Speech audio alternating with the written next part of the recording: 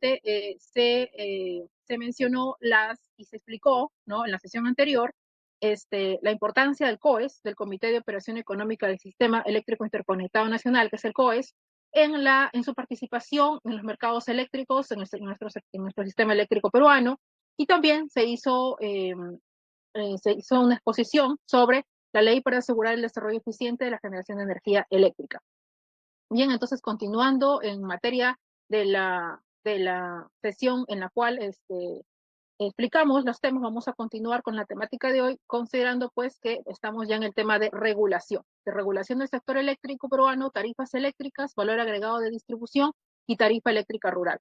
Bien, ya hace un momento, como indicaba, hemos hablado sobre los aspectos de la regulación en el sector eléctrico, como es el marco legal de la regulación, el modelo de regulación también y las modificaciones del modelo de regulación, así como también hoy vamos a mencionar o explicar a más detalle sobre el VAT, que es el valor agregado de distribución, la tarifa eléctrica rural y los sectores de distribución típicos, ¿no?, alumbrado público también, y los costos de operación y mantenimiento en lo que se estima para el valor agregado de distribución, considerando otras cosas importantes, ¿no?, que según la Ley de Concesiones Eléctricas del año 92, en el año en el cual se promulga y se va a dar pie a la privatización del sector eléctrico peruano, tenemos aspectos importantes: generación, transmisión y distribución de la energía eléctrica, y finalmente esto va a repercutir en los denominados mercados eléctricos. Bien, bueno, ahí estamos viendo justamente la fragmentación que se da en el año 92 con el ingreso de la práctica de la normativa de la Ley de Concesiones Eléctricas en generación, transmisión y distribución respectivamente, ¿no?, como estamos visualizando, y por ende en cada uno de ellos los pliegos tarifarios, ¿no?, en producción de electricidad, en transporte de electricidad y en distribución de la electricidad, respectivamente, hasta llegar a los usuarios libres o a los usuarios regulados, que venimos a ser la mayoría de peruanos. Bien, ahí tenemos entonces este mapa que nos está mostrando lo que es la generación, transmisión y distribución de la energía eléctrica y los pliegos tarifarios, ¿no? Los precios de generación, como es la energía y la potencia, para lo que se denomina generación, como que las centrales eléctricas, como las centrales hidroeléctricas. Cabe resaltar, ¿no?, como lo mencioné en la clase anterior, nuestra matriz energética, el 48% se sostiene de las centrales termoeléctricas, de energía eléctrica en nuestro país, y el otro 48% de las centrales hidroeléctricas, y un 4% de los recursos energéticos renovables, las denominadas RER, ¿no? Entonces, dentro de estas RER están consideradas las centrales fotovoltaicas, las centrales eólicas o las centrales de biomasa o biogás. Y bien, también dentro de lo que eh, se refiere al sistema de transmisión están los peajes de transmisión para el sistema de transmisión principal y garantizada, o para sistemas también de transmisión secundaria y complementaria. Por supuesto, valga mencionar también de que los INERMI, ¿no?, tiene un marco regulatorio, ¿no?, un marco regulatorio en cuanto a procedimientos para lo que es el sector eléctrico, tanto en generación y también en distribución y en transmisión, ¿no? Es decir, tiene una serie de procedimientos de carácter obligatorio, ¿no?, que tiene que ceñirse a cada empresa de generación, de transmisión o de distribución respectivamente, para que puedan pues seguir operando en el sistema eléctrico, y a la vez también otorguen un servicio de calidad al usuario, que en este caso venimos a ser la mayoría de usuarios regulados, ¿no? Y también los clientes libres, ¿no?, o los clientes industriales, como son las fábricas, las mineras, ¿no?, y toda aquella entidad que requiere una capacidad mayor de potencia de energía, ¿no?, de potencia contratada. Y bien, tenemos también el sector distribución, como es el valor agregado de distribución en media tensión, en baja tensión, y los cargos fijos también dentro de ello. Entonces, siempre tenemos que tener en cuenta algunos aspectos importantes para la formación de las tarifas eléctricas, como son los precios a nivel de generación, las tarifas en barra para media, alta tensión y alta tensión, y también las tarifas en barra para media tensión, ¿no?, y para los usuarios finales en media tensión. Y finalmente, los usuarios finales en baja tensión, ¿no? Entonces, son algunas de las consideraciones que son importantes, las consideraciones técnicas que se toman en cuenta para la formación de las tarifas eléctricas en nuestro sistema eléctrico peruano. Bien, esta lámina nos sintetiza, ¿no?, el marco legal de la regulación en el sector eléctrico peruano. Tenemos ahí la Ley de Concesiones Eléctricas y su importancia. ¿Por qué su importancia? Por, primero, fragmentar el sistema eléctrico peruano en tres etapas: generación, transmisión y distribución, fomentar la libre competencia, permitir la participación del sector privado, ¿no?, en la industria eléctrica, y también eliminar el monopolio estatal, porque recordemos que antes de la formación de la promulgación, ¿no? De la ley de concesiones eléctricas, estaba todo pues administrado por Electroperú, ¿no? Generación, transmisión y distribución mucho antes de la década del 90. Y bien, y a la vez también, por supuesto, con ello se desprende la formación del Comité de Tarifas Eléctricas, después denominado SINER y ahora llamado SINERMIN, así como también la normativa pues en la NTC, la NTCER y otro tipo de normativas que van con el tiempo evolucionando en lo que es la línea del tiempo del sector eléctrico en nuestro país. La formación también incluye mucho la formación de la Ley General de Electrificación Rural del año 2006, que tiene como objetivo, uno de los objetivos principales, el fomentar pues la interconexión de todos los sistemas e ir aminorando los sistemas eléctricos aislados y fomentar pues los sistemas eléctricos interconectados, ¿no? Eso es lo que se busca de acá a un tiempo hacia los objetivos del 2030 y a la política del 2040 en nuestro país de masificar, ¿no? Y de diversificar la matriz energética y a la vez también interconectar muchos más puntos alejados, como son caseríos, otros poblados, comunidades que no tienen acceso a la energía eléctrica y poder pues tener un sistema interconectado con una mayor capacidad, ¿no? eh, eléctrica. Y bueno, como es sabido ya, dentro de los sistemas eléctricos aislados tenemos pues aquellos sistemas autónomos y tenemos 3.3 millones de peruanos que no tienen acceso a la energía eléctrica actualmente en nuestro país, ¿no? Hay que apagar, por favor, los micrófonos, estimados participantes, porque para poder, ¿no? Continuar con esta capacitación. Bien, y también dentro de estas leyes principales está también el reglamento de la Ley de Concesiones Eléctricas y el reglamento de la Ley General de Electrificación Rural, que va a desprenderse y va a converger con la Ley de Transparencia y Simplificación de Procedimientos Regulatorios del año 2002 de OSINARMIN, y también la fijación de precios regulados, según la resolución de OSINERMIN, de la OSDE de OSINERMIN, ¿no? Y también de la regulación que va a contribuir a la denominada regulación de la distribución eléctrica en nuestro país. Y bien, bueno, ahí tenemos un diagrama unifilar, ¿no? Sobre una parte del sistema eléctrico, ¿no? En la cual está pues el sistema de distribución, ¿no? Arriba, generación y transmisión, subtransmisión, su sistema de transmisión, ¿no? Y después finalmente hacia las cargas, ¿no? Que venimos a hacer pues los usuarios. En un sistema de distribución primaria, un sistema de distribución eléctrica y con las subestaciones eléctricas y también los sistemas de distribución secundaria, ¿no? Las redes y equipos de protección y seccionamiento, y las subestaciones, y como también las redes de alumbrado público.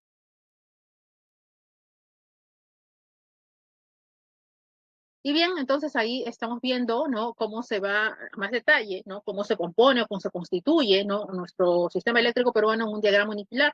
Y tenemos también, pues, los usuarios de media tensión y los usuarios de baja tensión, ¿no? Estamos viendo ahí un sistema eléctrico de distribución.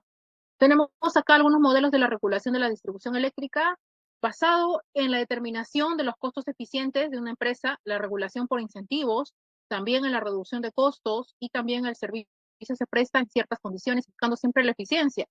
Hay que recordar también, estimados participantes, que dentro del sector eléctrico hay una normativa muy importante que es la NTC, la que ya explicamos en la sesión anterior, y la NTC, sobre todo la NTC, porque pues va a regular, ¿no? Lo que refiere a la calidad de energía, de tensión y de alumbrado público que existe pues para los usuarios, sobre todo los usuarios regulados.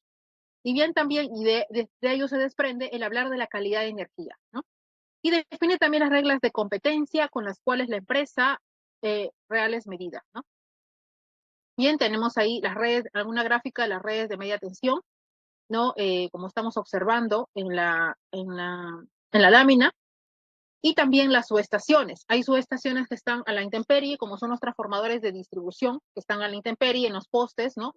De media tensión o también de distribución de las redes primarias o secundarias, así como también tenemos las subestaciones encapsuladas o los transformadores que se encuentran encapsulados y pues forman parte de una llamada subestación. Y cabe destacar también entre la aérea y subterránea. ¿Qué Código Nacional de Electricidad de los dos que existen actualmente en nuestro país hace, hace indicación detallada, ¿no? Sobre las consideraciones a tener en cuenta para las instalaciones eléctricas aéreas o subterráneas? ¿Qué código de electricidad alguien recuerda en la sesión anterior lo mencioné? ¿Alguien me puede indicar?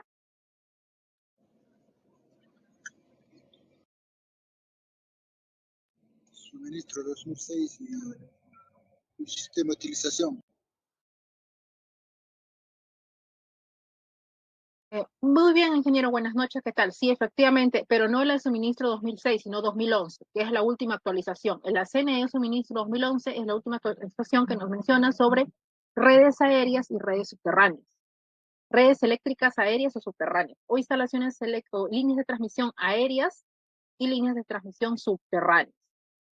Bien, ahí tenemos la gráfica también sobre las redes de baja tensión y media tensión respectivamente, y las características económicas de la prestación del servicio de distribución eléctrica, ¿no? Algunas consideraciones, como son las empresas de distribución eléctrica ejercen la condición de un monopolio natural.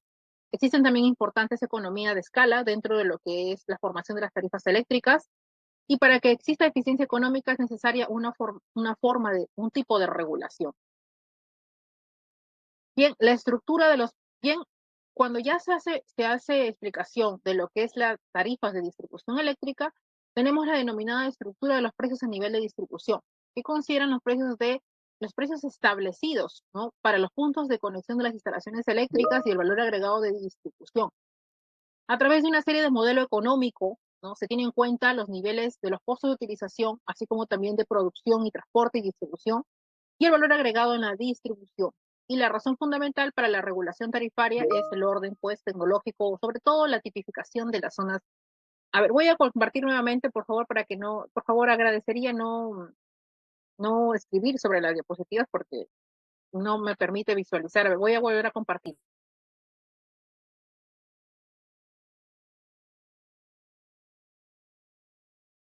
Listo. Entonces, como estábamos explicando, ¿no? Como estamos explicando acá, el valor agregado de distribución tiene mucho que ver, ¿no? Con las consideraciones para la formación de las tarifas de distribución. Bien, entonces ahí tenemos algunos lineamientos de la regulación del sector de distribución eléctrica, algunos lineamientos como son la tarifa denominada valor agregado de distribución, el VAT, ¿no? Se fundamenta en una empresa modelo eficiente que considera criterios de eficiencia de las inversiones y de la gestión de una concesionaria operando en el país, ¿no? Entonces, el costo, pues, la forma como se comprende el valor agregado de distribución está fundamentado, ¿no? En los criterios de costos, de transporte, también de la energía, de utilización y de tipo de zona de tipificación. No es lo mismo una tarifa BT5 que una tarifa BT7, ¿no? De energía eléctrica, de distribución. Bien, ahí tenemos una gráfica, un mapa que nos muestra, un mapa mental, mapa conceptual que nos muestra algunos de los criterios fundamentales, ¿no? Para tener en cuenta al momento de la formación del valor agregado de distribución, ¿no? Tenemos ahí las pérdidas estándar, ¿no? Eh, siempre en el sector distribución, vamos a tener dos tipos de pérdidas técnicas y pérdidas no técnicas de energía. Las pérdidas técnicas de energía son las asociadas a lo que sucede dentro del conductor, ¿no? En cuanto al flujo de electrones y las pérdidas que por naturaleza se dan en el sistema. Y las pérdidas no técnicas están asociadas con los robos o con los hurtos de energía, ¿no? Entonces, las pérdidas son parte, así como nosotros en la clase pasada explicaba sobre que nuestro sistema eléctrico es un sistema de corriente alterna. ¿Por qué? Porque, bueno, está sujeto a fallas, a corte de suministro, a oscilaciones, a flicker, a perturbaciones, a cortocircuitos, a rechazos automáticos de carga, eh, a diferentes anomalías, ¿no? Sobre frecuencias, subfrecuencias, sobre tensiones, subtensiones, a diferentes tipos de anomalías o de eventos eh, que pueden suscitarse de un momento a otro en el sistema eléctrico. Y frente a eso, pues, lo que tenemos en gran medida siempre es el estudio de coordinación de protecciones que ayuda a menguar o mantener un sistema, digámoslo así, estable, ¿no? Estable, dentro del marco de tener energía eléctrica con ciertos momentos en los cuales vamos a ver ciertas perturbaciones o ciertas anomalías en la red.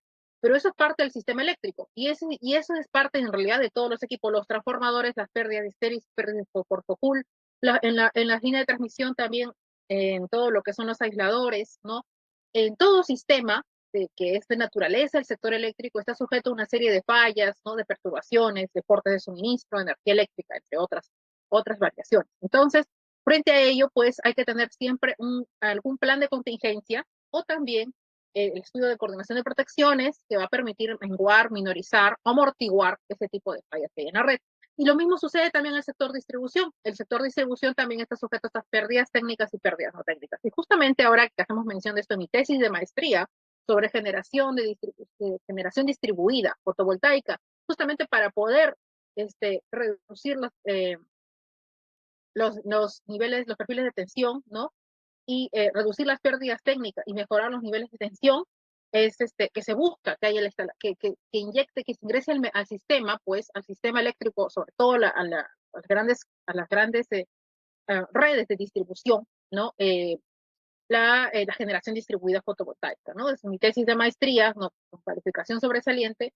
Esta tesis, pues, que busca, ¿no? Promover, ¿no? Y se hace un estudio en un tipo de red de alimentador, ¿no? En la cual, pues, se puede evidenciar a través de todo un modelamiento en Chile, se puede evidenciar cómo es que las pérdidas de energía, pues, se, se reducen, ¿no? Se mejora los perfiles de tensión en la red de distribución, ¿no? Entonces, pero la generación distribuida, que es un tema muy interesante, que ya será motivo de otra capacitación, todavía aún hay un marco regulatorio, un marco de ley, ¿no? Un proyecto de ley de la generación distribuida, pero pues está todavía en espera de continuar, ¿no? En cuanto a lo hago referencia al marco regulatorio, ¿no? Pero porque de por sí una tecnología muy aplicada en el extranjero que mejora el sistema de distribución.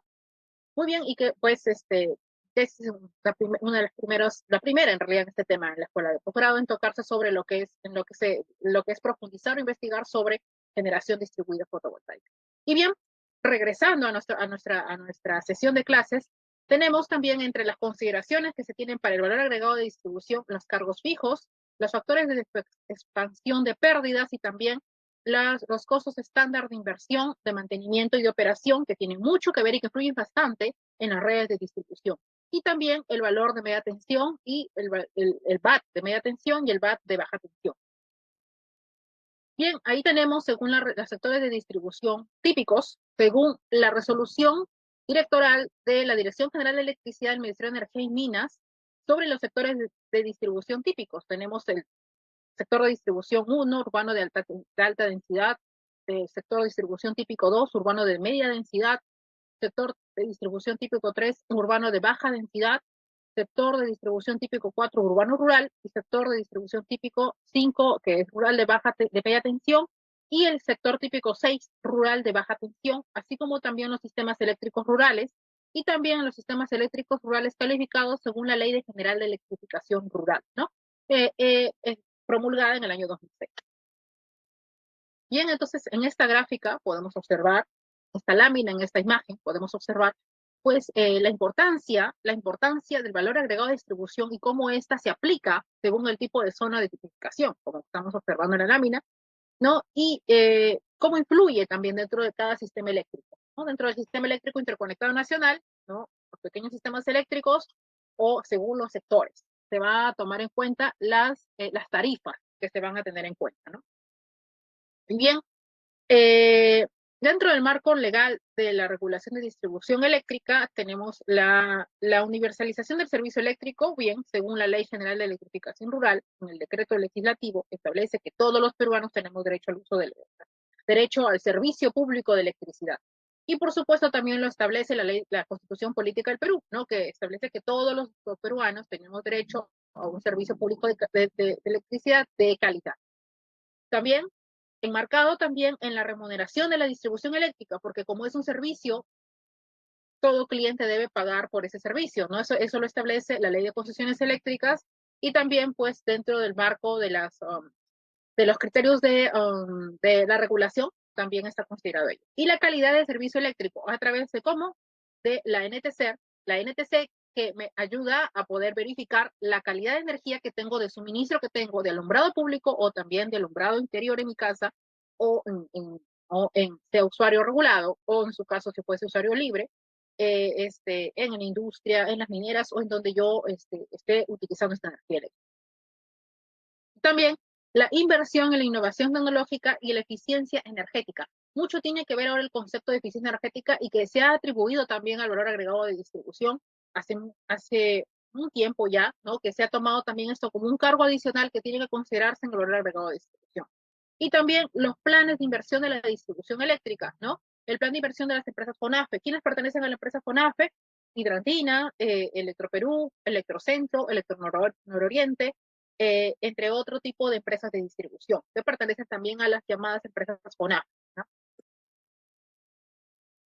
Bien, tenemos aquí el esquema general del procedimiento de fijación del valor agregado de distribución, la implementación de la nueva regulación, ¿no? Y cómo se va a hacer una especie de supervisión al sistema eléctrico, al sector distribución.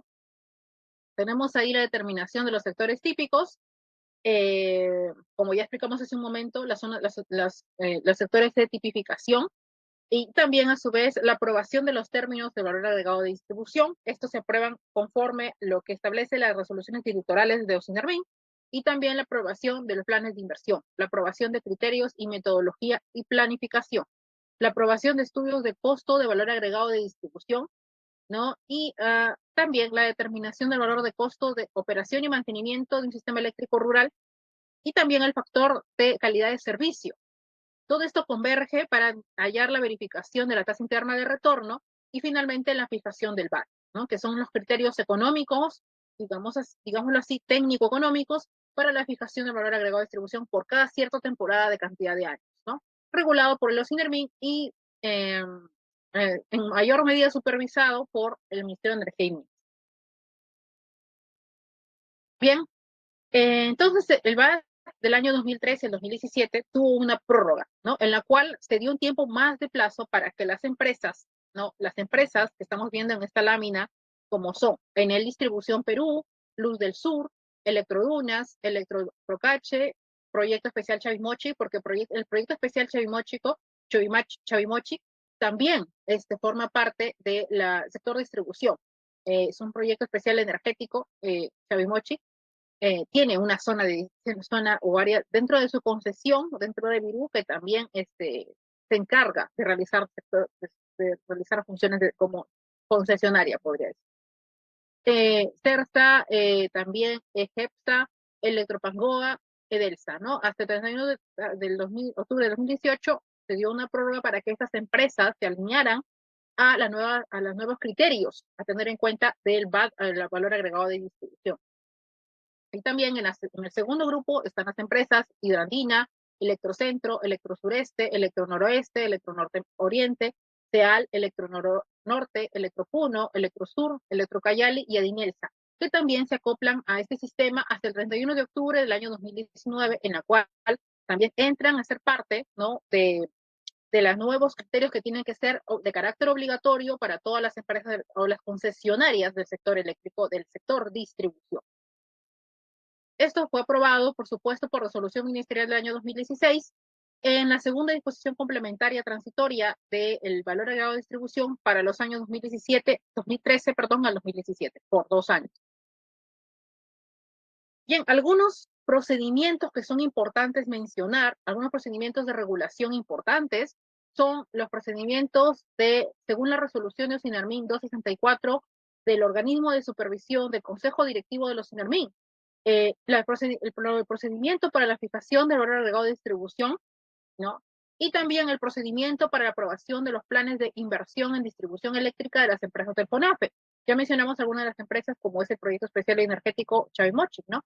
Y entre otras de ellas que también forman parte de las empresas del FONAFE, que también tenían que alinearse, ¿no? A estos nuevos criterios o alineamientos para los cálculos del valor agregado de distribución que va a incidir en las tarifas eléctricas, ¿no? Peruanas.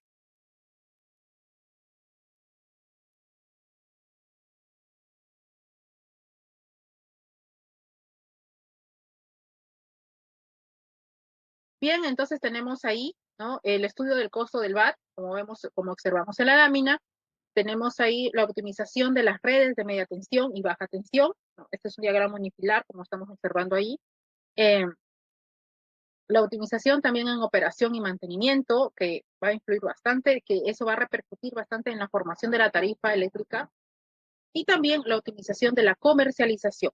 ¿no? La clase anterior mencionábamos esta disyuntiva, ¿no? De la concesionaria, esa disyuntiva, de poder, pues, darse cuenta, ¿no? De la decisión de invertir, ¿no? En, solamente en su área de concesión urbana o también rural. Y si es rural, hay que invertir en un tendido de redes, en llevar hasta el lugar más alejado de la población, interconectar a ese lugar más alejado. Pero realmente a la larga va a ser beneficioso porque recordemos que según el estudio del mismo Sinermin, establece de que por factor de carga, ¿no? El consumo mensual de los pobladores, de los pobladores, el poblador rural, ¿no? Es menos de 100 kilovatios hora al mes. Entonces su capacidad de consumo es muy poco, es muy bajo, casi no utilizan energía eléctrica. Entonces realmente tendrá mucho sentido hacer esto, de invertir hasta en los lugares más alejados para poder interconectar, ¿no? Y a la vez también la otra paradoja, ¿no? De que el cliente, el poblador rural, no siempre va a pagar sus recibos de luz. Entonces, esto va a influir bastante también en que las concesionarias vean si es viable o no es viable poder invertir a distancias tan largas, ¿no?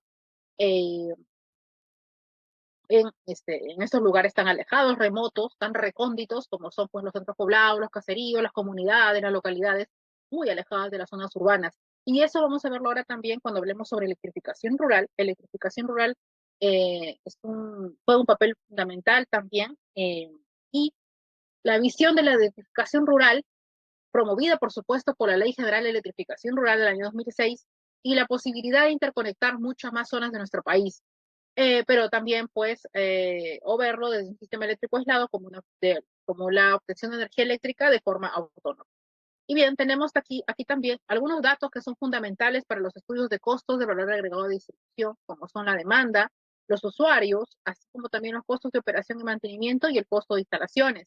Y en las tarifas, el valor agregado de distribución y media tensión y baja tensión y los cargos fijos. No, lo que va a generar, va a influir en que finalmente se pueda calcular, ¿no? El valor del costo del valor agregado de distribución eh, las tarifas eléctricas.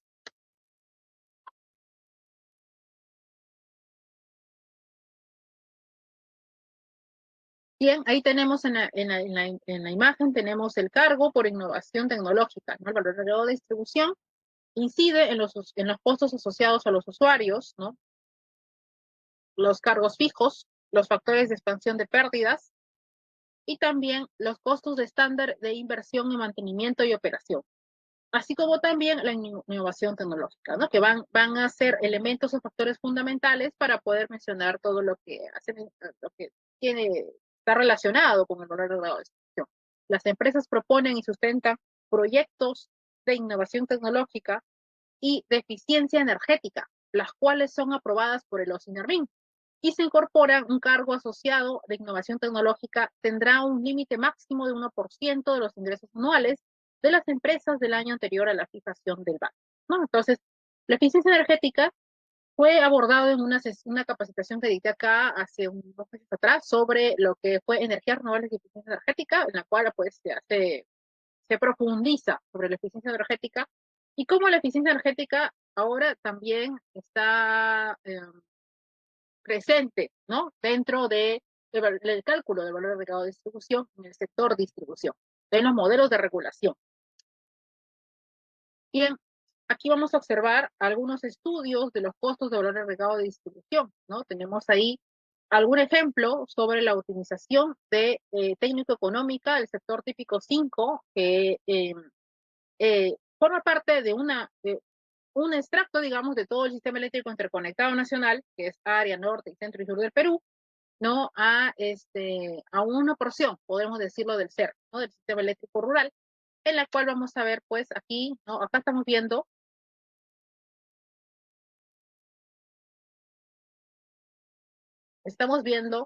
una lámina sobre un pedazo del sistema eléctrico interconectado nacional, del CEIN, ¿no?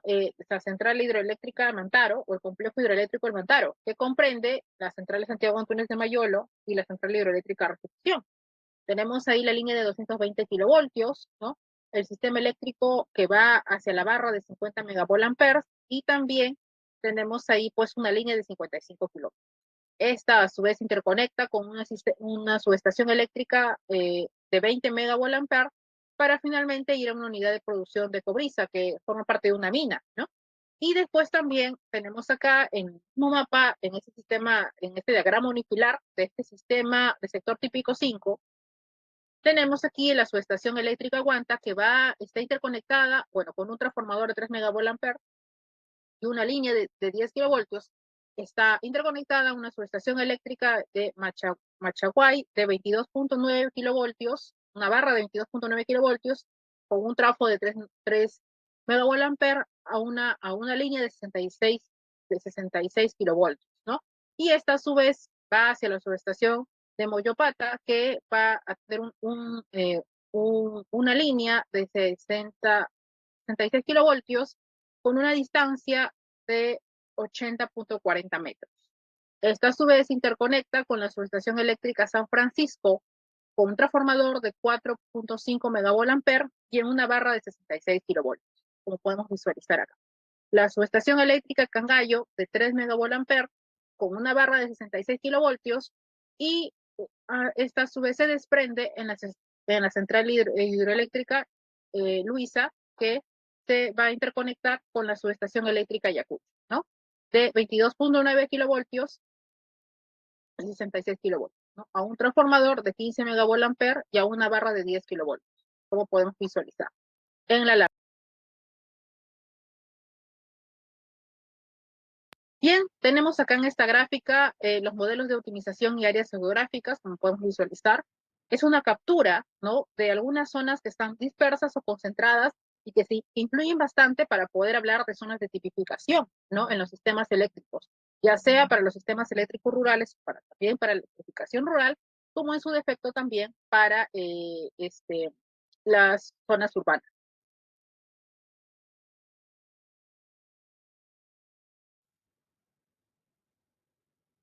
Bien, entonces observamos ahí la gráfica, nos acercar la diapositiva, a ver, acercar, ahí está.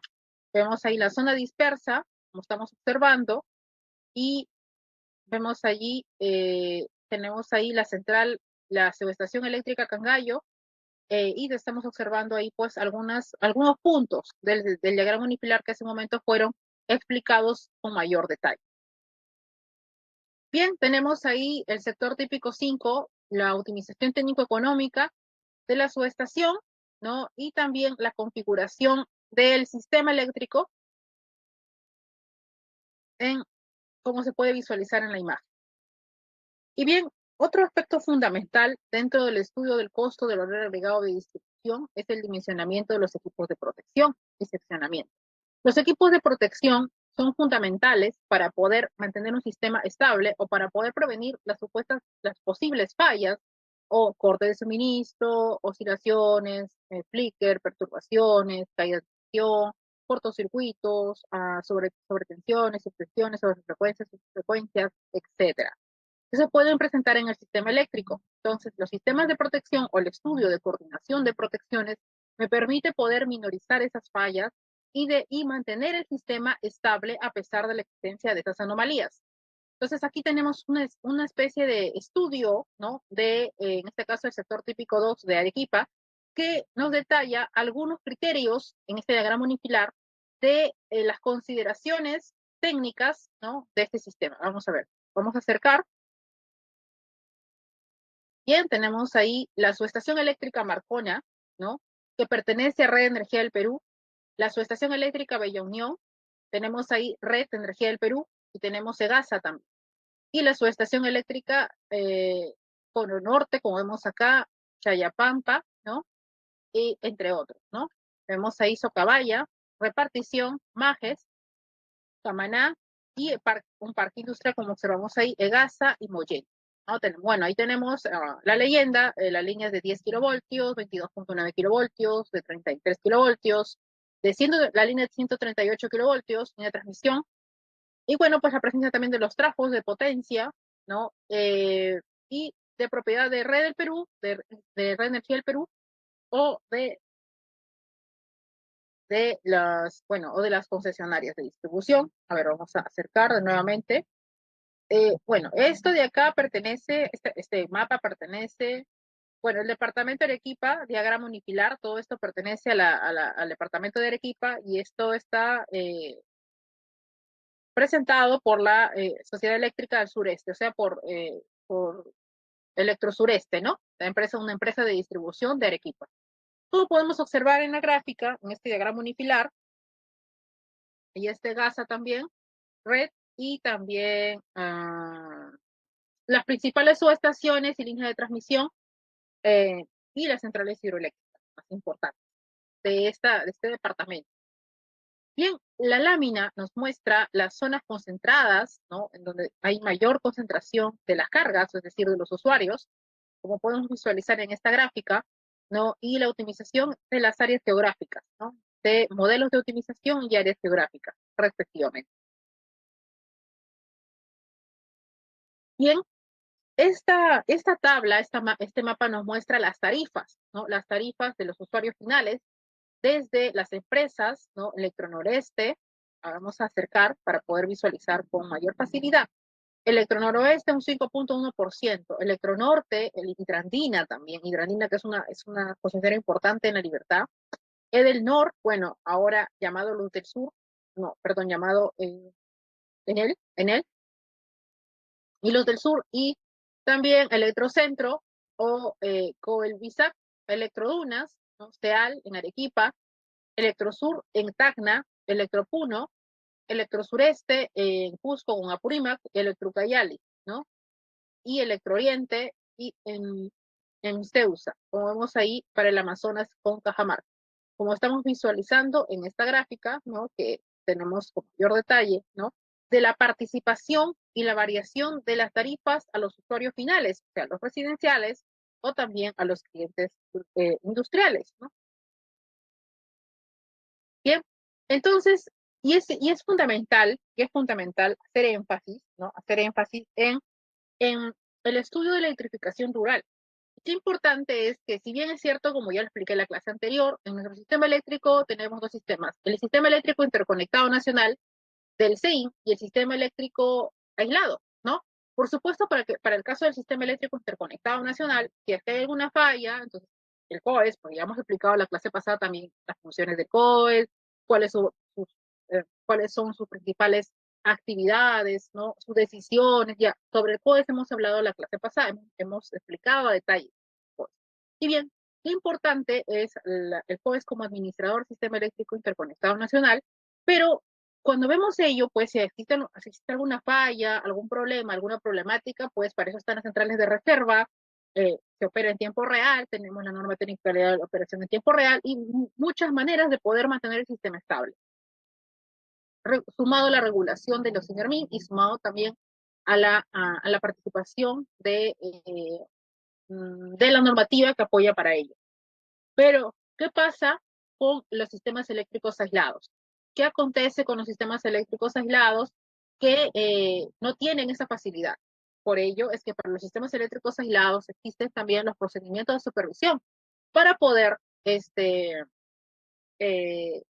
regular, ¿no? Estas situaciones en las cuales puedan existir ciertas contingencias y cómo poder hacer frente con los planes de contingencia, ¿no? Y estas situaciones fortuitas. Ejemplo, las centrales hidroeléctricas menores a 20 megawatts, consideradas microcentrales hidroeléctricas con energías renovables por decreto de inversión de generación de energías renovables, que establece que todas las centrales hidroeléctricas menores a 20 megawatts son consideradas RER y las que son mayores a 20 megawatts son consideradas centrales convencionales, ¿no? Entonces, eso ya lo hemos explicado también, ¿no?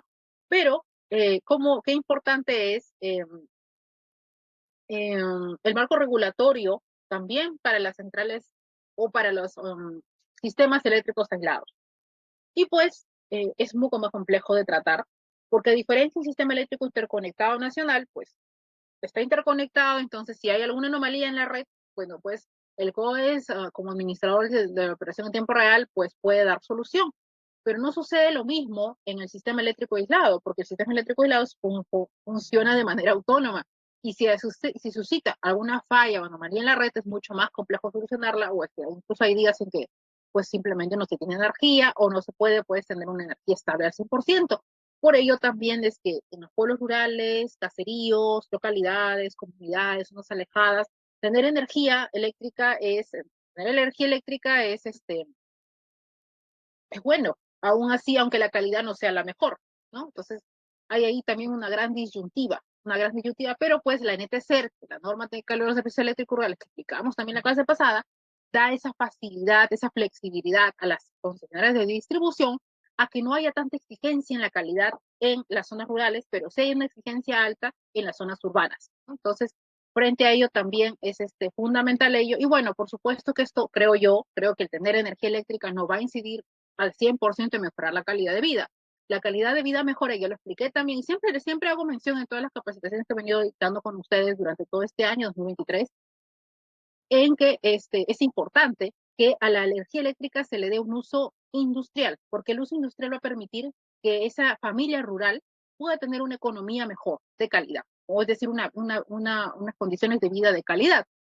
Como el caso de mi tesis, por ejemplo, mi tesis profesional con calificación sobresaliente en San Marcos, como ingeniero electricista, que pues fue la propuesta, el diseño de una planta de producción de biogás para generar energía eléctrica a partir de desechos agropecuarios, que me permitió pues iluminar todo un caserío en una zona del Perú, y que cómo es que los usuarios utilizaron esta energía eléctrica, en este caso los pobladores rurales usaron esta energía eléctrica en el aprovechamiento de este recurso para la implementación de un molino eléctrico de granos, de un espacio que le pudiera dar un uso industrial a la electricidad. Es así entonces, cuando uno le da un uso industrial a la electricidad, podemos hablar de calidad de vida, ¿no? Porque va a repercutir en la mejora de la calidad de vida de la persona. Pero el solo hecho de tener energía eléctrica no, de por sí solo la iluminación, no podría yo al menos decir en mi experiencia como investigadora y como ingeniero electricista que eso pueda repercutir en una mejor calidad de vida. Entonces, esas son algunas perspectivas un poco más complejas sobre, más prácticas diría yo, ¿no? Sobre el uso de la energía eléctrica, en este caso en zonas rurales y en lugares alejados. Y sobre los sistemas eléctricos aislados, porque es lo que estamos hablando, estamos conversando ahora sobre eso, está explicando sobre eso.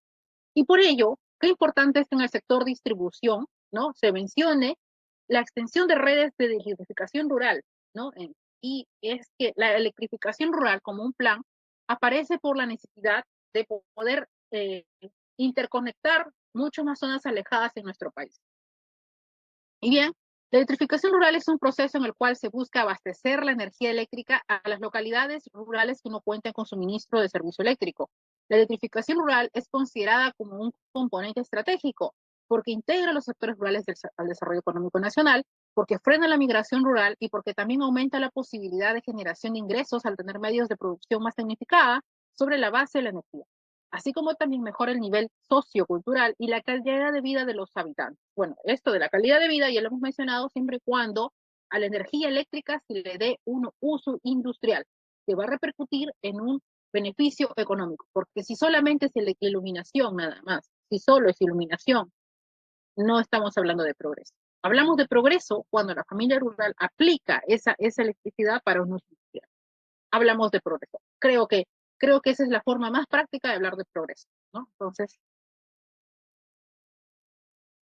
bien, entonces, como vemos entonces, la definición de población rural, según la definición peruana, dice, un centro poblado es aquel que no tiene 100 viviendas contiguas, ni es capital de distrito, o que teniendo más de 100 viviendas, estas se encuentran dispersas o diseminadas sin formar bloques o núcleos, ¿no? Esa es la definición de población rural. Algunas características de la electrificación rural, como podemos visualizar allí, algunas características, la lejanía y la poca accesibilidad a las localidades, el consumo unitario reducido de energía eléctrica, bueno, eso ya lo mencionamos hace un momento, el poblador rural consume muy poca energía eléctrica, también el bajo poder adquisitivo de los habitantes, y no hay una infraestructura vial o un campo precario.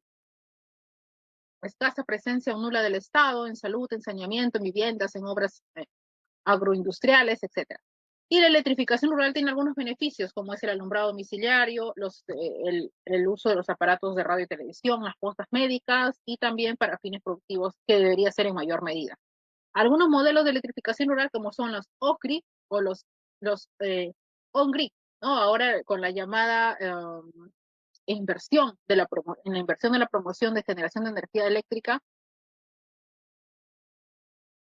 A ver, acá el ingeniero Julio me pregunta, ¿qué viene a ser el FOSE? El Fondo de Compensación Económica Social, ¿no? El FOSE, ¿no? No, no es un apoyo rural. El FOSE digamos, para aquellos pobladores que consumen menos de 100, es un descuento para aquellos pobladores que consumen menos de 100 kilovatios hora al mes. Pero digamos que el apoyo viene no hay un apoyo del Estado, digamos, más allá de la inversión, de dejar un sistema. A ver, en cuanto a electrificación rural, lo que hace el Estado es instalar, ¿no? Un sistema eléctrico en una zona determinada, pero no capacita al poblador rural para que pueda mantener, por ejemplo, ese panel solar o ese sistema energético. Si no le enseñas al poblador rural cómo funciona ese sistema, el día que deje de funcionar, simplemente el poblador rural no tendrá más energía eléctrica, ¿no? En un sistema autónomo, porque hay electrificación rural que se hace de forma autónoma solamente para ciertos números de casas o ciertas viviendas. Entonces, el Estado cumple un papel, sí, de preocupación, sí, tiene un interés que es cumplir a la meta al 2030, de electrificar, de masificar, de diversificar, sí, hay un plan de electrificación rural, pero de todas maneras digamos, este proceso es lento, ¿no? Es lento. Bien, tenemos acá los modelos de electrificación rural. Bien, acá me pregunta el ingeniero Peter, dice, ¿existe algún proyecto donde esas zonas alejadas sean abastecidas de energía eléctrica con sistemas fotovoltaicos o eólicos para así evitar grandes tendidos eléctricos? Por supuesto, ingeniero, muchos proyectos de sistemas, no de electrificación rural necesariamente, sino sistemas autónomos para pequeños sistemas eléctricos rurales, sí existen con las tecnologías de energía renovable. Los sistemas híbridos o los sistemas eh, eólicos solares, sí existe, de existir, sí existe. Ahora, lo que falta es capacitar a la población. Pero bueno, sobre este tema de las energías renovables, muchas veces siempre hago una diferenciación. Siempre es importante que se haga esta diferenciación o esta explicación, vamos a decirlo así. ¿Qué pasa con los sistemas de energías renovables? A ver, en mi labor como investigadora en la Universidad Nacional Mayor de San Marcos, participé en este proyecto Iluminación LED con energía solar y eólica para carreteras del país, en el cual San Marcos fue la primera ciudad universidad con iluminación en su campus universitario. Pero después, ya en mi labor como un aerogenerador Sabonio de eje vertical. Pero después, ya con mi tesis profesional en ingeniería, para ingeniera electricista, fui en biogás para generar energía eléctrica a partir de hechos agropecuarios, es que me doy cuenta, pues, que con el biogás, a diferencia de las energías renovables en solar o en eólica, que son llamados ahora sistemas híbridos, ¿no? Estos son intermitentes. ¿Por qué? Porque la energía solar solamente va a darse por horas punta solar, las horas punta solar o las horas pico solar, como se llama, ¿no?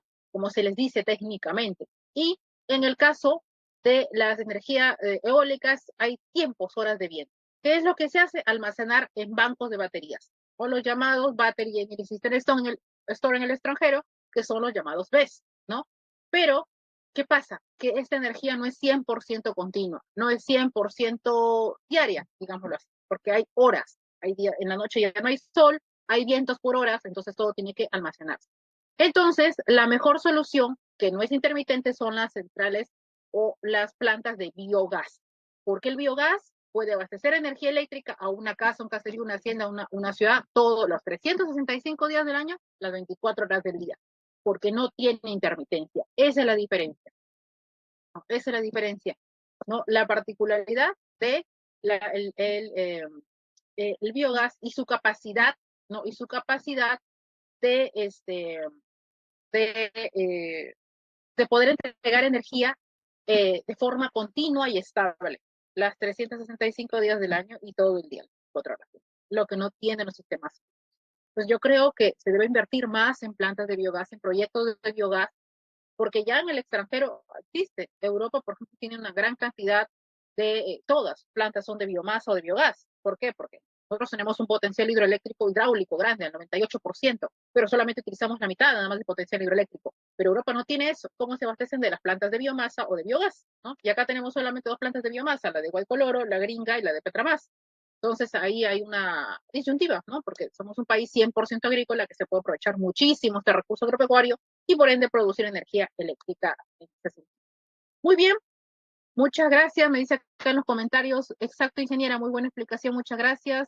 Sería una central biomasa que no es intermitente. Muy bien, hay empresas distribuidoras que están invirtiendo en energía solar. Efectivamente, invierten en sistemas de energía solar. Sí, nadie dice que no lo hacen, pero estamos haciendo ahora la comparación de la técnica de la intermitencia y la no intermitencia en la biomasa o biogás. Yo le llamo biogás porque biomasa en realidad es todo recurso forestal, ¿no? A urbano, madera, puede ser todo biomasa. Biomasa en realidad es todos los desechos, pero el biogás de calidad sale solamente de los desechos agropecuarios, que son agrícolas y ganaderos, porque tiene una alta capacidad de nitrógeno, fósforo y potasio. Entonces, es otro tema, pero estamos hablando ahorita de la grado de intermitencia y tiene que ver, porque finalmente al final en la energía eléctrica todo influye, ¿no? Y muy bien, entonces me dice, muchas gracias más bien, ingeniero Peter Paz, Juan Vela, muchas gracias, ingenieros por sus comentarios, por sus consultas. Si hay alguna otra duda, otra pregunta, con el mayor agrado de poder resolver cualquier consulta académica, técnica, profesional, en lo que esté en mi alcance, por favor. Y bien, continuamos con esta sesión de clase, ¿no? En la cual tenemos acá los sistemas on-grid y los sistemas off-grid, ¿no? Que están establecidos según el decreto legislativo de la promoción de la inversión en energías renovables, en los sistemas eléctricos on-grid y off-grid, respectivamente, ¿no? Que ahora se llaman así más técnicos, ¿no? Pequeñas redes de electrificación alimentadas por pequeñas centrales que no se conectan al sistema eléctrico interconectado nacional, las off-grid, y los sistemas individuales y suministrados de forma individual. Bueno, tenemos ahí los modelos de electrificación rural de redes existentes. La ampliación de redes es un objetivo de las distribuidoras, de las concesionarias, conectar al sistema eléctrico interconectado nacional para incrementar el área de cobertura, y también tenemos las microredes conectadas a la red existente. Las pequeñas redes de electrificación alimentadas por pequeñas centrales que se conectan al sistema eléctrico interconectado nacional. Vemos ahí una gráfica de la electrificación rural, ¿no? Vemos ahí de electrificación rural la ubicación, bueno, los interruptores de potencia, los interruptores de resierre, el regulador de tensión, los bancos de condensadores, también los fusibles, los seccionadores y los transformadores. Y bien, lo que hablábamos hace un momento, el consumo unitario promedio de las áreas rurales es de 25 kilowatts hora al mes. O sea, estamos hablando que es una capacidad de consumo muy mínima, y entonces,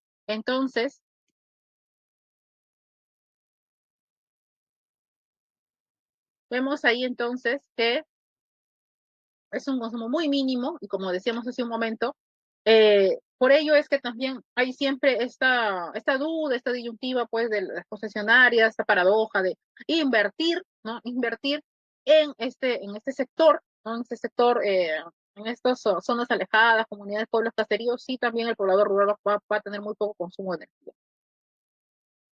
Ya, bien, entonces tenemos ahí bueno, estos resultados evidencian escaso o nulo uso productivo de la energía, alto margen de la capacidad instalada que es ociosa, o sea que hay mucha energía que no se utiliza, desperdicio de recursos energéticos, insuficiente para el mantenimiento de las instalaciones eléctricas, ¿no? A ver, alguien levantó la mano, a ver, sí, ingeniero, le escuchamos. Aló, hola.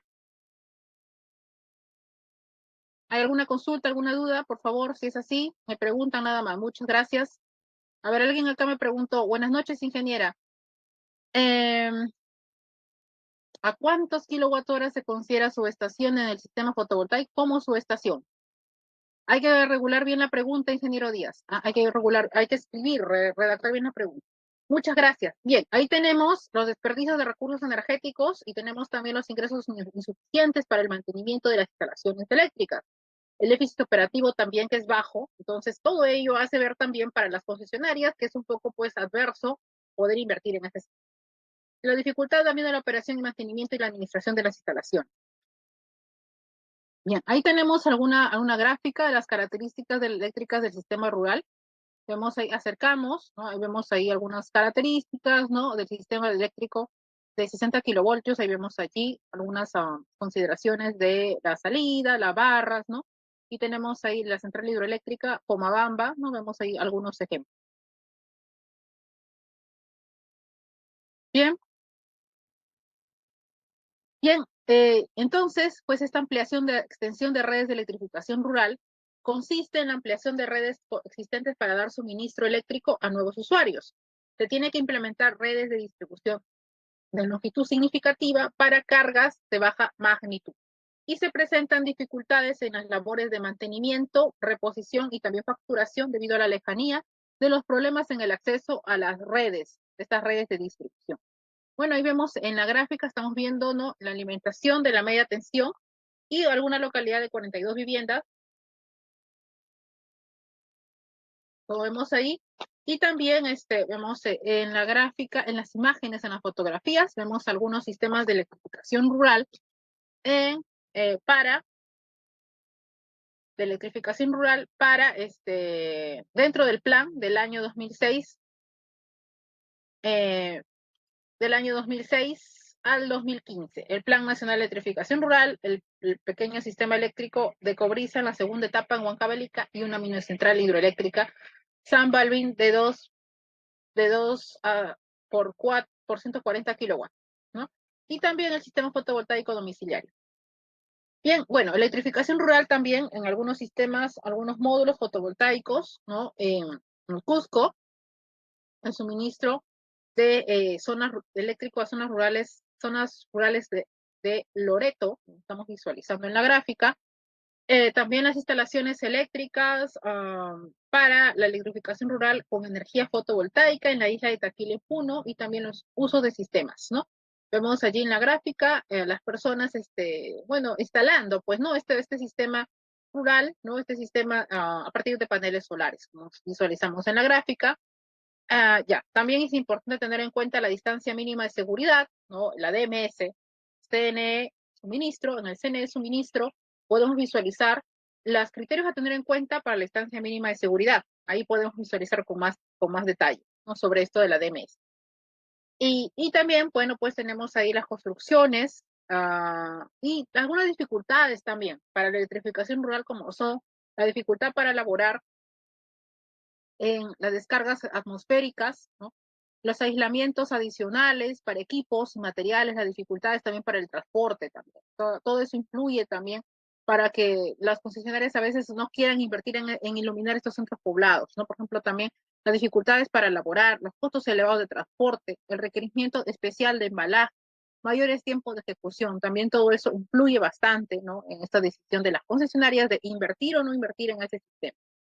Mayor longitud de conductores, mayor requerimiento de postes, ¿no? Y mayor requerimiento también de puestas a tierra también. Todo eso también tiene mucho que ver, va a influir bastante, va a influir bastante. En los cambios también de dirección, mayor requerimiento de conexiones largas para reducir inversiones en redes, costos estándares regulados, ¿no?, entre otros criterios que siempre se tienen en cuenta. Mayor requerimiento de postes, también elevados cambios de dirección, mayor requerimiento de retenidas, dificultades para cumplir con la distancia de seguridad, también la DMS, ¿no?, y la distancia mínima de seguridad, que también es fundamental en todo lo que es instalaciones. Y bien, bueno, entonces, frente a eso, que la problemática cada vez es mayor. A ver, acá me pregunta el ingeniero Yul, ¿existe efecto corona en línea de transmisión? Por supuesto que existe efecto corona en línea de transmisión, ingeniero Yul, o ingeniera Yul. Efectivamente que existe gran, el efecto corona es como hablar del back flashover, es como hablar en línea de transmisión de coordinación de aislamiento. Es fundamental, de verdad, tener una serie de medidas de coordinación, de aislamiento, para lo que es línea de transmisión, sistemas de transmisión, y también para los back flashover, los descargadores o las descargas eléctricas atmosféricas que se dan en las redes también, ¿no? Entonces, es fundamental.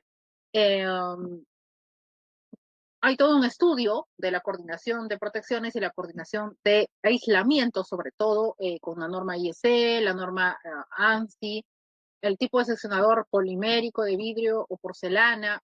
Todo eso, ingeniero, yo lo expliqué a muy detalle, lo expliqué en la sesión, en la capacitación que dicté en esta consultoría sobre el INETRA. Me parece que fue el 21 de mayo, o el domingo 28 de mayo, no recuerdo bien, pero yo ya he dictado esa capacitación allí, profundizo bastante sobre todo, se habló sobre línea de transmisión, distancia mínima de seguridad, faja de servidumbre, estudio de coordinación de protección, estudio de coordinación de aislamiento, plan de transmisión, procedimiento de performance de transmisión, de sistema de transmisión, plan de transmisión, y todo lo referente a él. Así que hay que revisar esa capacitación y ahí vamos a poder profundizar en ese tema. Muchas gracias por su pregunta. Y bien, volviendo a lo de hoy, día, ¿no? Entonces estamos ahorita con el mercado eléctrico peruano. Modernización, tendencias, desafíos del sector eléctrico peruano. Bien, ahí tenemos la estructura del sector eléctrico peruano, tenemos el Estado, que es el que engloba toda la política del marco regulatorio, ¿no? Tenemos que es normativo, que es promotor y que es concedente, ¿no? La Dirección General de Electricidad y el Ministerio de Energía y Minas. O el OSINERMIN, que es regulador de tarifas y que a la vez también es supervisor. Esa es la función y fiscalizador también podría decirse porque, por ejemplo, para todo lo que es ambiental tenemos la EFA, la SUNAFIL en el trabajo, y acá en el sector eléctrico, o los CIPTEL en las telecomunicaciones, y en el sector eléctrico tenemos OSINERMIN. El INDECOPI, con la libre competencia, ¿no? El INDECOPI que juega un papel muy importante en defensa del consumidor, ¿no? Y en este caso, el OSINERMIN en defensa del usuario, que venimos a ser la mayoría de peruanos usuarios libres o usuarios regulados. Bien, ahí tenemos la proinversión también, los promotores de proyectos, licitaciones y subastas. Las licitaciones que hablamos hace un momento, ya tenemos ahí las licitaciones, ¿no? Y la subasta. Las licitaciones para lo que es todo lo que es sector distribución, ¿no? Y línea de transmisión, y las subastas para el sector generación. Hace poco en la última subasta, lo que se hizo fue promover mucho más el empuje o el impulso de las energías renovables en el sistema para que pues se hable de una matriz al 5%, no al 4%, sino al 5% de una matriz eléctrica diversificada, ¿no? Que lo que se busca es que haya mayor ingreso de las energías renovables en el sistema eléctrico peruano. Entonces, las subastas son una forma de promover la inversión en energías renovables. Y bien, tenemos también las empresas de generación, transmisión y distribución, respectivamente, y tenemos también los usuarios libres y regulados, que venimos a hacerlo regulados la mayoría de los peruanos, que consumimos una potencia de 200, perdón, una tensión de 220 voltios. Y tenemos también la relación, ¿no? La relación entre los agentes del mercado, del Estado, ¿no? Y el COES, el Comité de Operación Económica del Sistema. Bien, bien, y el marco legal del sector eléctrico peruano, ¿no? Como estamos visualizando ahí, tenemos la Ley de Concesiones Eléctricas, del decreto legislativo, decreto de ley 25844 del año 92, el reglamento de la Ley de Concesiones Eléctricas, del decreto supremo número 993 del año 93, y tenemos ahí también la Ley 2872, la Ley para asegurar el desarrollo eficiente de la generación eléctrica, y la reestructuración también del COES, ¿no? Que también fue un papel crucial. La planificación de transmisión, ¿no? Y también las licitaciones de suministro, los precios regulados también son un aspecto importante en el marco legal del sector eléctrico peruano, los mercados de corto plazo y la adecuación también del marco legal de transmisión, que es fundamental. Pero sobre los planes de transmisión, el plan de transmisión al 2030 ya es otro tema, ¿no? Pero están todos íntimamente relacionados. Bien, la ley de concesiones eléctricas entonces separó las actividades del subsector y permitió el ingreso de nuevas empresas. Tenemos ahí generación, producción de electricidad, ¿no?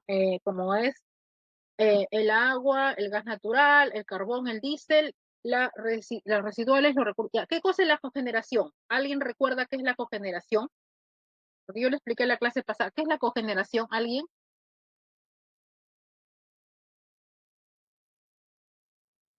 A ver, acá me pregunta la ingeniera Acción, me dice.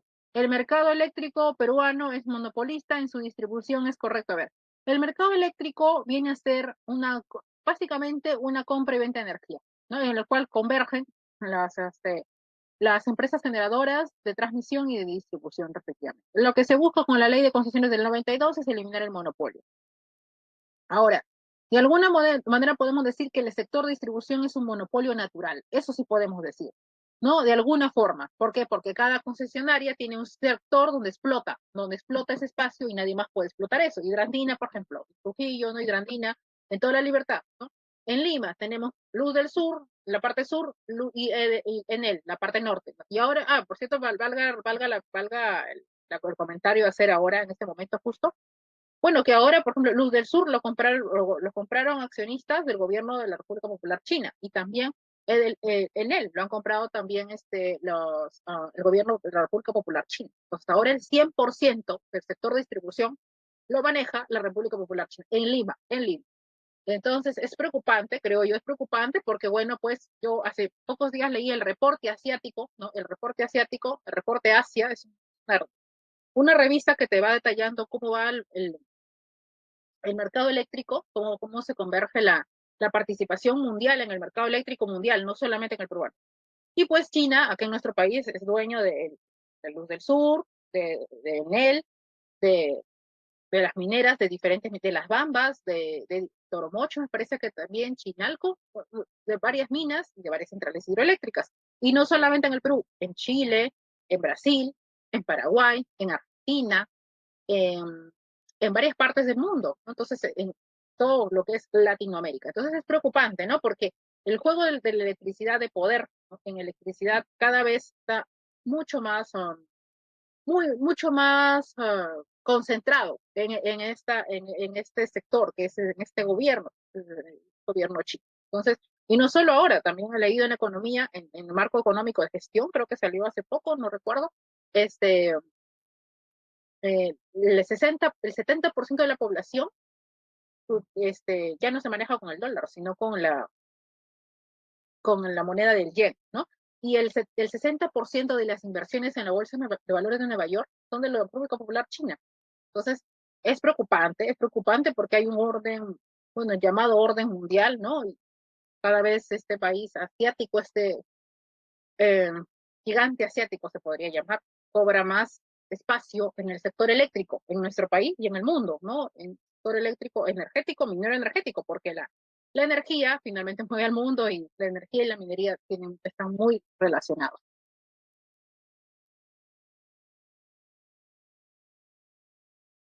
Muy bien, entonces tenemos acá, a ver, ya.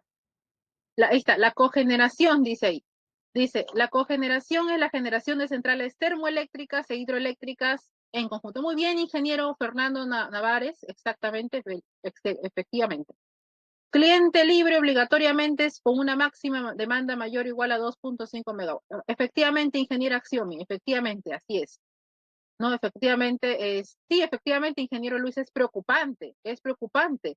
Es preocupante, ingeniero Luis, Crisóstomo, Oscar, ingeniero Luis y todos los profesionales e ingenieras e ingenieros que se conectan el día de hoy, que me preguntan, ¿no? En esta capacitación. Sí, es preocupante. Yo también claro, ¿cómo no nos vamos a preocupar que ahora nuestra energía está pues manejada, ¿no? Manejada por el gobierno popular, por la República Popular China, ¿no? Nuestra energía eléctrica en Lima, el 100% del sector de distribución. Salió incluso una nota de prensa, no sé en qué diario, pero el diario peruano no sería, salió ahí, ¿no? República Popular, perdón, el 100% del mercado eléctrico manejado, administrado por los chinos ahora. Entonces es preocupante, porque yo pienso, ¿no? ¿Por qué no lo compran los empresarios peruanos, ¿no? Tenemos acá, siempre sale una lista de los hombres más ricos del Perú y que incluso compiten con los hombres con mayor solvencia económica en el mundo. ¿Por qué no invierten en el sector energético? ¿Por qué no invierten en minería y no compran? ¿Y por qué lo explotan también? ¿Por qué tienen que permitir que los chinos exploten también ese sector? No basta solo con el sector textil, industrial, sino también ahora con el sector energético. Entonces, y minero energético. Y es preocupante porque estamos dando cabida a que ingrese y se apodere del mundo. Toda América Latina le pertenece ya. O sea, es preocupante. Yo también me preocupo. Y eso lo vi en el reporte. Y no solamente que en Canadá también, tienen mineras, tienen en todos los campos. Es preocupante, es preocupante. La verdad que eso, gracias, ingeniera. Dice, repito, ¿por qué solo los chinos? Ingeniera, ¿en qué revistas recomienda para estar el día en el mercado eléctrico internacional? Bueno, yo siempre leo los reportes de todo lo que es el sector económico en el marco internacional, porque bueno, en gestión, no, yo recomiendo mejor el Forbes, bueno, Forbes es uno, pero también tenemos la revista de todo lo que es revistas de energía y de las revistas mineras también, los reportes energéticos que salen mensualmente en la web, te van detallando cómo se mueve el mercado eléctrico mundial, ¿no? Porque al final todo es uno solo, ¿no? Y cómo influye, hasta la guerra que Rusia con Ucrania influye también en el sector económico y por ende también en el sector eléctrico, ¿no? Muchas gracias, ingeniero Fernández. Es preocupante solo porque ahora son los chinos, exacto, ingeniero Crisóstomo. Creo yo, ¿por qué? Porque con esto de ¿cómo podemos decirlo? Me pregunta él, ¿por qué solamente los chinos son los únicos? Porque creo yo que son los que más invierten y compran. El dueño vende desesperadamente sus acciones, vende esta empresa y como estaba endeudado en él, porque en él es una empresa italiana, le vende a todo su, todo lo que tenía invertido acá a los chinos, ¿no? Y como ellos ya conocemos cuál es su manera, su medida de trabajo de ellos, ¿no? Entonces ellos están a la expectativa de comprar todo aquello que esté disponible para comprar, que ahora se meten también en el mercado están en el mercado regulado, que es el mercado eléctrico ahora en nuestro país y en el mundo también. Aparte que ya hace tiempo que están en el mercado minero, ¿no? También en nuestro sector, en nuestro sistema eléctrico, ¿no? Y en nuestro sistema peruano en general, ¿no? Sí, efectivamente. Acá dice, gracias, ingeniero. Gracias, ingeniera. Soy el ingeniero Wilson de la Cruz. Muchas gracias, estimados ingenieros, ingenieras, ingeniero Luis, Wilson, Fernando, Varas, ingeniero Paz, ¿no? Wilson. Efectivamente, muchas gracias a todos y a todas por sus preguntas, por sus consultas, por sus comentarios, ¿no? Y sus aportes también a esta capacitación que estamos hoy día de hoy sobre el sistema eléctrico peruano, ¿no? ¿No? También me dice acá el ingeniero Licona, dice, también compraron una central Santa Teresa, efectivamente, sí, que también le pertenece a la empresa Inland Energy China.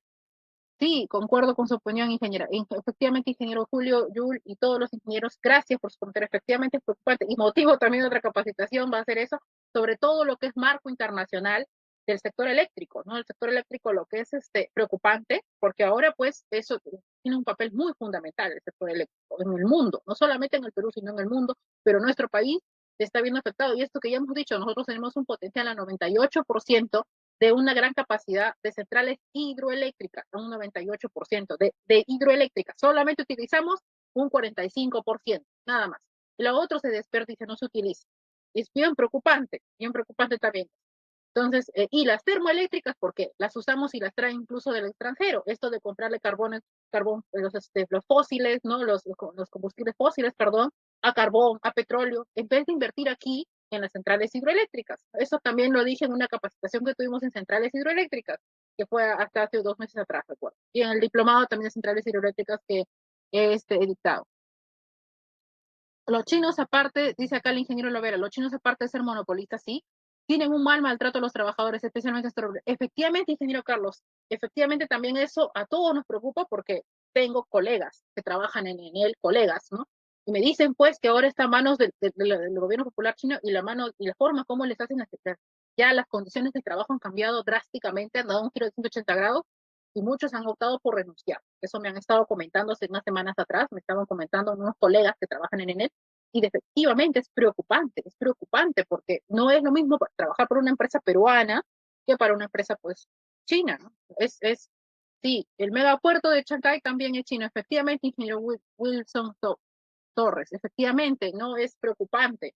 Y el tema de la mano de obra barata en China no solamente es en las hidroeléctricas, no solamente es en las mineras o en las concesionarias de distribución, es incluso también hasta en las fábricas de Apple, de los celulares, 12, 15 horas de trabajo diario, de lunes a domingo, no hay las condiciones laborales adecuadas, un maltrato al ingeniero, al trabajador, al técnico, al obrero. Es realmente preocupante, es realmente inhumano ese tipo de condiciones y muy preocupante, ¿no? Es cierto, los chinos son de verdad, no tienen, digamos, las consideraciones, como dice el ingeniero Wilbert Thomas, y como lo decimos todos, y todos sabemos esa realidad, ¿no? Todos sabemos por cultura general y conocemos de esta, realidad preocupante que hay en el mundo, ¿y no? Y la hegemonía y esa competencia de Estados Unidos por el orden mundial, ¿no? Ahora ya Europa ya no pertenece a los grandes países, ¿no? Sino ahora China está predominando en todo, en la moneda, en la industria, en todo lo que es en la industria textil, en la industria agrícola,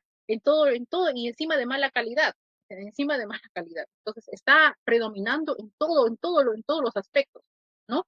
y ni hablar también hasta creo que se quiere meter en este conflicto bélico que existe entre Ucrania y Rusia también va a estar ahí. Entonces, ahí hay muchos intereses, convergen muchos intereses a nivel mundial, ¿no? Y es altamente preocupante, pues, porque finalmente a todos nos afecta, a los ciudadanos del mundo nos afecta de una u otra manera. No es que porque vivo acá no me afecta, no, a todos nos afecta. Es muy preocupante, ¿no? Muy preocupante. Muy bien, acá como dicen, acá me estaban diciendo en los comentarios, efectivamente es muy preocupante, me dice, y a tomar conciencia. Y bien, bueno, tenemos en el sistema de transmisión también el sistema garantizado de el complementario secundario. Tenemos y tenemos también el sistema de distribución, las redes primarias en media tensión, las subestaciones de distribución también, las redes de distribución y las instalaciones de alumbrado público.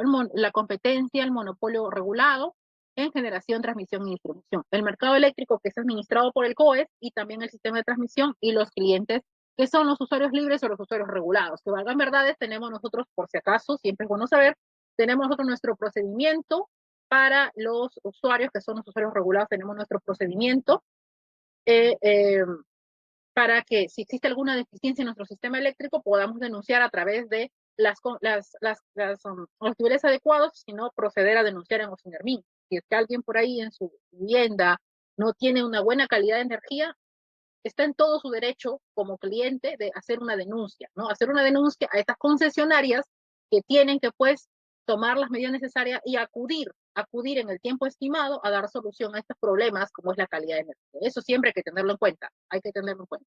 Y tenemos ahí el mercado eléctrico, el sector distribución, ¿no? Los usuarios regulados, que son un 56%, y los libres, que son 44%, la capacidad de generación, la capacidad de consumo, perdón, entre los regulados y los libres, según lo establece la Ley de Concesiones Eléctricas del año 92, y también cómo se ha ido incorporando, mejorando los indicadores, ¿no? De la máxima demanda del año 92 hacia el 2019 en producción eléctrica, la cobertura nacional que existía en el año 92, 54%, hasta nuestra actualidad, el 2019 en adelante, a un 95%, pero tenemos 3.3 millones de peruanos que no tienen energía eléctrica, ¿sí? Hay que tener siempre en cuenta eso. La matriz energética, 48% de hidros, 48% de termoeléctricas, 4% de red. Hay que impulsar a que la matriz sea más diversificada y que llegue a un 5%. Esa es la realidad de nuestro país, ¿no? Anteriormente teníamos un mercado eléctrico que estaba estructurado con Electroperú, Electrolima, integrado verticalmente, no existía competencia, todo lo manejaba el Estado, y finalmente, nuestro modelo regulatorio actual, hay una desintegración vertical, hay una competencia en generación, un monopolio de distribución natural y parcial de comercialización entre clientes libres y clientes regulados, una competencia en el suministro a consumidores calificados, también una regulación tarifaria, ¿no? En base a los costos de inversión y operación, en las cuales convergen las empresas generadoras de transmisión, distribución, clientes libres, clientes regulados y también las autoridades reguladas y las supervisoras. Tenemos aquí un cuadro que nos muestra la evolución de la cobertura del sistema eléctrico a más del 40%, ¿no? Como vemos allí, a más del 40% que ha ido dándose del año 92, que se promulga la ley de concesiones, que es esta reforma al sector eléctrico, hasta el 2018 en adelante, también en generación, en transmisión, en distribución, y también un poco, ¿por qué no mencionarlo?, en electrificación rural, pues que hasta antes de la ley de electrificación rural en el año 2006, no existía electrificación rural en nuestro país, se hablaba de proyectos de índole social, se hablaba de iluminar una casita con panel solar, pero no se hablaba de electrificación rural como hasta ahora, que existe un plan nacional de electrificación rural, una meta de interconectar mucho más en nuestro país, ¿no? Y eso todavía está en vías de desarrollo. La evolución del mercado libre y también la evolución del mercado regulado. Y la evolución del mercado regulado va a incidir en una mayor cobertura también del sistema, una mayor cobertura de electricidad, ¿no? A todos los o la mayoría de habitantes de nuestro país. Bien, y también la tendencia está el mercado eléctrico hacia el 2050, ¿no? Ahí tenemos las energías renovables, el sistema de transmisión, la búsqueda de la modernización del mercado eléctrico peruano y la tendencia y los desafíos del sector eléctrico peruano. La línea del tiempo del año 92 hacia el 2023 en adelante, ¿no? La primera reforma, la ley de concesiones eléctricas, el fomento de la inversión privada, ¿no? El 2006, la segunda reforma, la ley para asegurar el desarrollo eficiente de la generación eléctrica, Y en el año 2019 la tercera reforma, ¿no? La Comisión Multisectorial de la Reforma del Subsector Electricidad, ¿no? Para el 2023, en la cual pues se busca pasar de un sistema eléctrico convencional al sistema que es generación, transmisión y distribución, a un sistema de modernización del sector eléctrico, ¿no? Mediante el fortalecimiento de un mejor marco institucional, un mercado que sea mucho más amplio, un mercado eléctrico más amplio, la regulación de la transmisión, del mercado y regulación de transmisión, y también la innovación de la distribución, generación distribuida, lo que comenté hace un momento sobre tesis de generación distribuida fotovoltaica. Y también el documento, pues, basado en 4 ejes importantes, que ya hemos mencionado hace un momento, buscando siempre, pues, una consolidación del esquema de planteamiento integral, también como la supervisión del mercado eléctrico, una transformación del COES, un plan energético que sea estratégico también para nuestro país, y también la dinamización del mercado que no, digamos, tiene muchas aristas todavía, como es el tema del gas natural, ¿no? Y también el organismo regulador, en este caso, y operador, que es el OSINERMIN y el COES, tiene mucho que ver, convergen bastante en este sentido, dentro de este régimen del sector eléctrico peruano. La transformación del mercado eléctrico peruano, ¿no? Desde la integración de recursos energéticos renovables, la RER, ¿no? Lo que decíamos hace un momento, ya no que sean 4%, que sea 5%, que la matriz eléctrica se diversifique y haya mayor cantidad de participación de los recursos energéticos renovables, así como también el rediseño del mercado de corto plazo y del mercado de suficiencia de generación. La integración también eficiente de energías renovables y el almacenamiento de energía a la respuesta de la demanda y los servicios complementarios, así como también la participación de la transformación del mercado eléctrico peruano y, por supuesto, su repercusión en las interconexiones internacionales, ¿no? La idea también de expandir nuestro sistema, de interconectarnos, también hay una meta dentro del plan de transmisión y también contempla también esa posibilidad. La innovación también en la distribución y la comercialización es fundamental. Las Smart Grid han cobrado mucha importancia ahora las Smart Grid, las redes de distribución eléctricas inteligentes, las energías renovables, la electromovilidad también con los autos eléctricos, el desarrollo de un nuevo modelo de regulación económica, el rediseño también de un mercado minorista peruano y también la participación importante del consumidor, así como también la innovación de la tecnología de sistemas de distribución y también los ajustes del mercado minorista, así como también mejorar la calidad del servicio eléctrico, que es fundamental. No, en realidad que ni siquiera debe existir un incentivo. Las concesionarias están obligadas a hacerlo porque la NTC, pues, que es la norma técnica de los servicios eléctricos, tiende a presionar para que estas concesionarias entreguen un servicio de calidad como tiene que ser, porque ese es su deber de las concesionarias a los usuarios o los clientes que venimos a hacer todos los peruanos. Bien, ahí tenemos en generación algunos avances en generación que busca pues una suficiencia de generación y las reservas, la generación de energía eléctrica en recursos renovables y también en transmisión, un plan de expansión de transmisión, así como también la posibilidad de la interconexión internacional, ¿no? Y también en distribución, la regulación económica de distribución, las Smart Grid, también la generación distribuida, armonizar la normativa y complementar la normativa que está pendiente. La generación distribuida es un papel fundamental para el sector de distribución, mejorar todas las redes de distribución a través de generación distribuida y que el usuario pueda decidir si quiere interconectarse al CI o quiere tener su propia energía autosostenida. Ideal porque en América Latina ya se hace y debería implementarse acá, continuarse con esta iniciativa que tenemos el reglamento ya, pero falta que se impulse y se apruebe definitivamente para que se pueda poner y aplicarse, ¿no? Y bien, en las empresas eléctricas también, que juegan un papel fundamental en una visión a largo plazo de las tecnologías, desde las redes digitales, los niveles de automatización, hasta los recursos distribuidos, así como también la movilidad eléctrica y la arquitectura tecnológica que va cobrando una mayor importancia, mucho más automatización, inteligencia artificial, sistemas automatizados, la industria 4.0 del sector eléctrico. Hay nuevas tendencias, nuevos desafíos en el marco de la evolución del sector eléctrico, ¿no? Las tendencias mundiales que están impactando en el sector energético, los avances tecnológicos, el cambio climático y la escasez de recursos, la ODS y los objetivos hacia el 2030, ¿no? Los cambios demográficos, la evolución de la demanda, ¿no? Y también el traspaso del poder económico, la aceleración de la vida urbana también, tiene mucho que ver.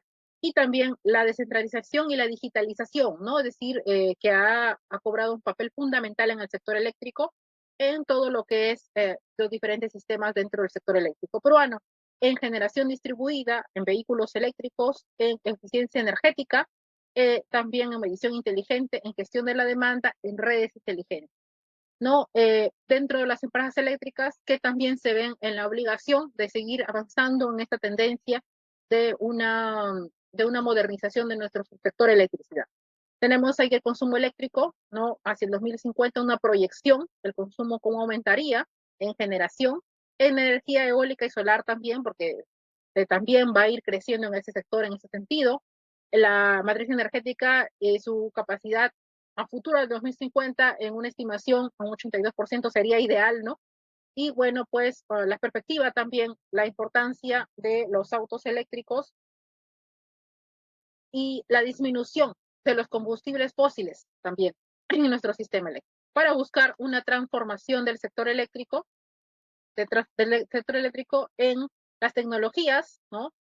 También en los modelos de negocio, en el Internet de las Cosas, la inteligencia artificial, las centrales eléctricas que ya vayan dejando de lado las centrales eléctricas convencionales para dar paso también a las RER, los diseños de mercado, también así como también la operación de los sistemas, ¿no?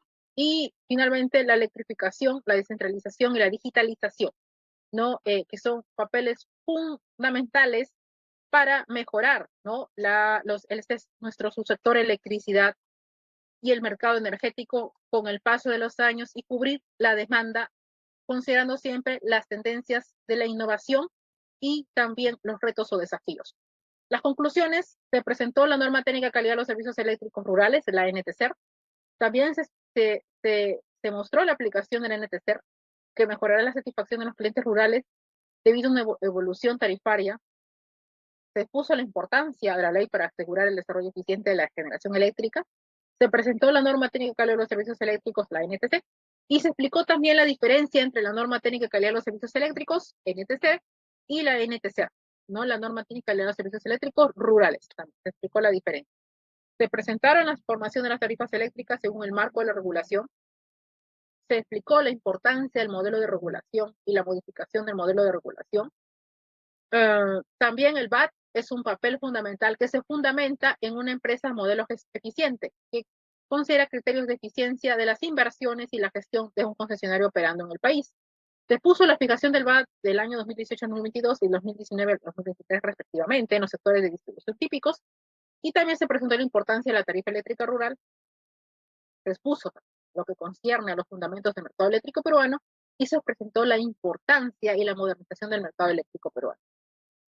El COES también es un organismo técnico establecido por ley encargado de la programación y coordinación de la operación del Sistema Eléctrico Interconectado Nacional y está integrado por las empresas generadoras de transmisión y de distribución. Su función es coordinar la operación del CI al mínimo costo, garantizando la seguridad del abastecimiento de energía eléctrica y también el mejor aprovechamiento de los recursos energéticos, con independencia de la propiedad de las instalaciones y de los compromisos comerciales particulares. Se explicó la importancia del COES como administrador del mercado eléctrico peruano y también cómo actúa como un organismo técnico independiente. Y se presentó la importancia también de los SINERMIN en el mercado eléctrico peruano, ¿no? Y aquí tenemos alguna bibliografía que podemos profundizar si queremos reforzar o profundizar conocimientos en esta materia. La Ley de Concesiones Eléctricas del año 92, el reglamento de la Ley de Concesiones Eléctricas del 93, la Ley General de Electrificación Rural del año 2006, la Ley de Transparencia y Simplificación de Procedimientos Regulatorios del 2002, la norma de procedimientos de fijación de precios regulados, la tarifa eléctrica rural. Para bibliografía para la norma técnica de calidad de los servicios eléctricos y la ley para asegurar el desarrollo eficiente en la generación eléctrica, tenemos ahí la NTCER, la ley de concesiones eléctricas, también tenemos la norma técnica de la calidad de los servicios eléctricos y la ley para asegurar el desarrollo eficiente de la generación eléctrica. Y finalmente, para lo que es el COES, como administrador del mercado eléctrico peruano, el OSINERMIN y la supervisión de la energía eléctrica en el Perú y el mercado eléctrico peruano. Los reglamentos, la ley de concesiones eléctricas, los procedimientos de SINERMIN también, y la ley 28872 de asegurar el desarrollo eficiente de la generación eléctrica. Y bien, tenemos ahí la bibliografía de electrificación rural, también algunas normas técnicas rurales para lo que es montaje de líneas y redes primarias de electrificación rural. También tenemos las especificaciones técnicas de soporte normalizadas para líneas y redes primarias y secundarias y para su estación. Bien, muchas gracias, muy agradecida por su participación, por su atención, muy agradecida por estar el día de hoy en esta sesión. Muchas gracias.